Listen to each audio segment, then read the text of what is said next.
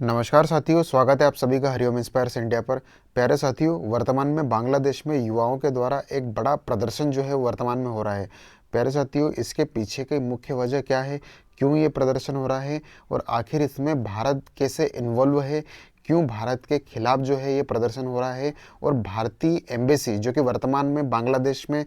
मौजूद है उसके समक्ष ये प्रदर्शन होना कहीं ना कहीं एक बड़ा जो है खतरा भारतीय एम्बेसी को इससे नज़र आ रहा है। प्यारे साथियों, भारत ने भी इस मुद्दे को गंभीरता से लिया और बांग्लादेश की जो एम्बेसी भारत में है उनके बांग्लादेश के जो भी अधिकारी है उनको तुरंत समन किया और तुरंत बुला करके बैठक कराई गई भारतीय अधिकारियों के द्वारा कि उनसे जवाब मांगा गया कि आखिर में क्यों ये प्रदर्शन आपके देश में भारतीय एम्बेसी के समक्ष हो रहा है, आखिर ये क्यों होने दिया जा रहा है। प्यारे साथियों, आपको बखूबी तरीके से ये ज्ञात होगा कि 2 वर्ष पूर्व जो है बांग्लादेश की जो प्राइम मिनिस्टर है शेख हसीना, उसको वहाँ से भगा दिया गया था और भारत में जो है बांग्लादेश की जो शेख हसीना है प्रधान प्राइम मिनिस्टर को भारत में शरण मिली हुई थी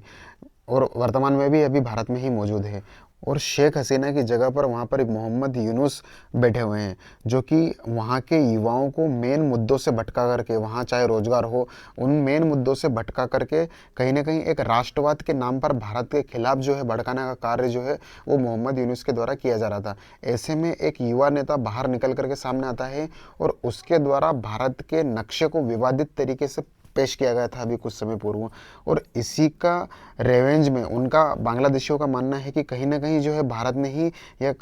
कार्य किया है कि जो युवा जिसने ये गलत तरीके से मैप प्रदर्शित किया था उसको जो गोली मारी गई है अभी वर्तमान में, और जिसके चलते जिस गोली मारने का जो कांड हुआ है इसी के चलते जो है भारत की एम्बेसी के समक्ष जो है प्रदर्शन किया जा रहा है बांग्लादेश में।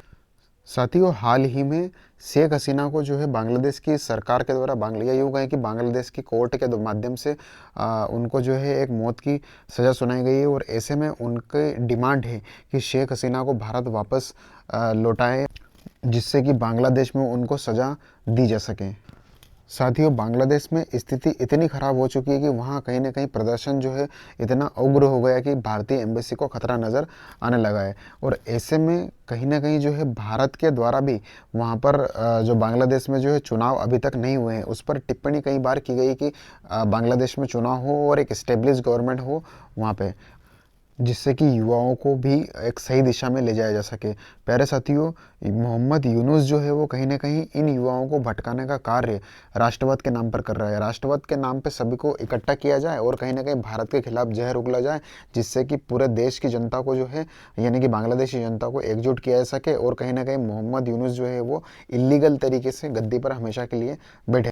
रहें। साथियों, भारत के जो पूर्वी राज्य है यानी कि हम जिन्हें 7 सिस्टर्स के नाम से जानाते हैं उनको भी अलग करने का जो चिकन नेक है हमारी